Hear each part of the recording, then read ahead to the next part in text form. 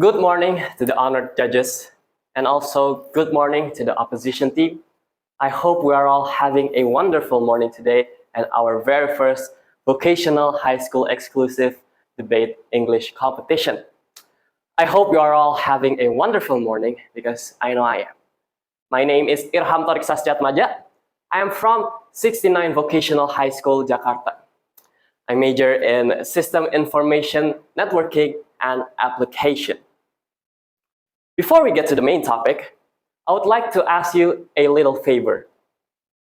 I would like to ask you to go outside, to look up at the sky, or maybe just remember the sky that every morning you see while you're going to work, while you are going to school. What color is it? How many buildings can you see on the horizon? I'm sure you're saying, what do you mean? The color is blue. But is it the color of blue that we're supposed to see in a clear sky? What do you mean?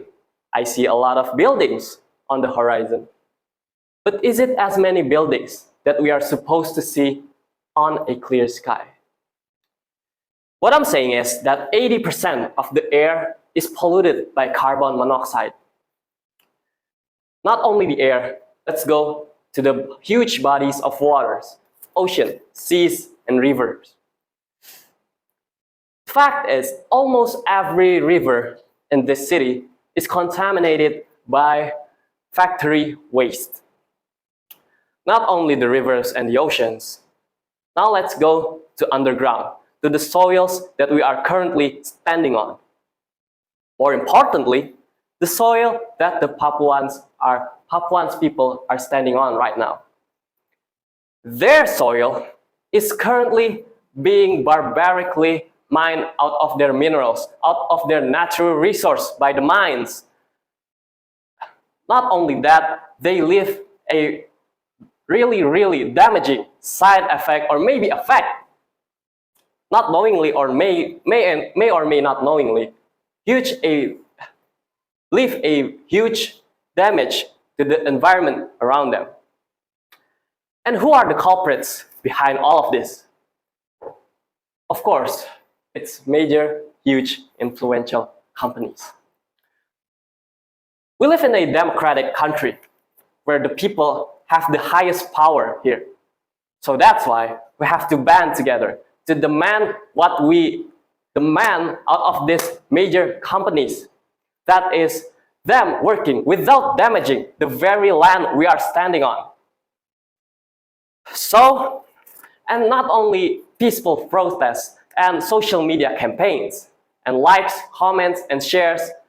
I mean, I know it's good. It's a positive step forward. But it's not enough. I'm just going to state it clear. It's not enough for us to get what we demand. So, we, as the proposition team, strongly encourage and support the motion that is this House believes that environmental movement should launch violent campaign against major polluting companies. Stay with me now. So what exactly am I talking about here?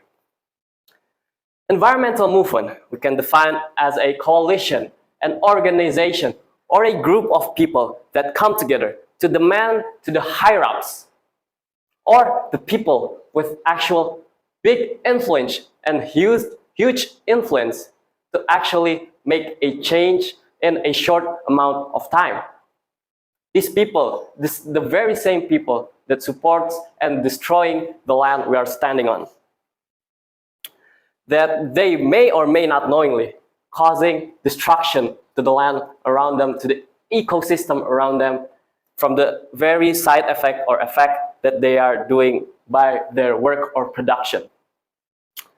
And let's get to the main point, violent campaign. Stay with me here now. I know this may sounds like violence is not always the solution. I know this sounds very counterproductive, but the gathering of people from environment movement to band together to protest to huge influential company to say that what they are doing to the environment is no longer can't be ignored any longer. And for them to hear us, we have to make extreme measures. For them to hear us, we have to go to the extremes. Not only social media likes, comments, and posts, peaceful protests, but for them to actually hear us, we need to go all out. We need to shout, we need to demand, we need to light up fire of what we demand and what we need. For not only maybe the companies to hear us, but maybe the media to pressure, and the government, and maybe even the government to pressure them to stop what they are doing of damaging the ecosystem. And lastly, major polluting companies. Influential, huge, major companies and factories that knowing or unknowingly hurting and damaging the environment around them, the natural environment around them. So, why do we need to do this? First, as I said, even though social media posts, likes, comments, and shared are very helpful for demanding what we need, but it's just not enough. Learning from the demonstration of DPR not so long ago, we protest day and night. And when did they make a change? When we start actually doing something major. When we start gathering and shouting our demand right to their face. And that's why we need to do this to the extreme. We need to go all out to finally get their attention and what we demand. Secondly, even if it sounds bad, as I just said, we need to look at the bigger picture. I mean, just think about it. If I have to light up a fire of demand and my opinion and the demand of the major companies that are lighting up whole forests, I say that is worth it.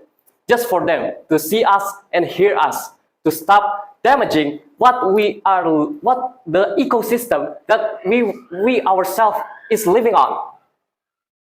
For me, to break a little bit of the environment buildings, to save the mines that are breaking the soils of people that are living there, I say it's worth it.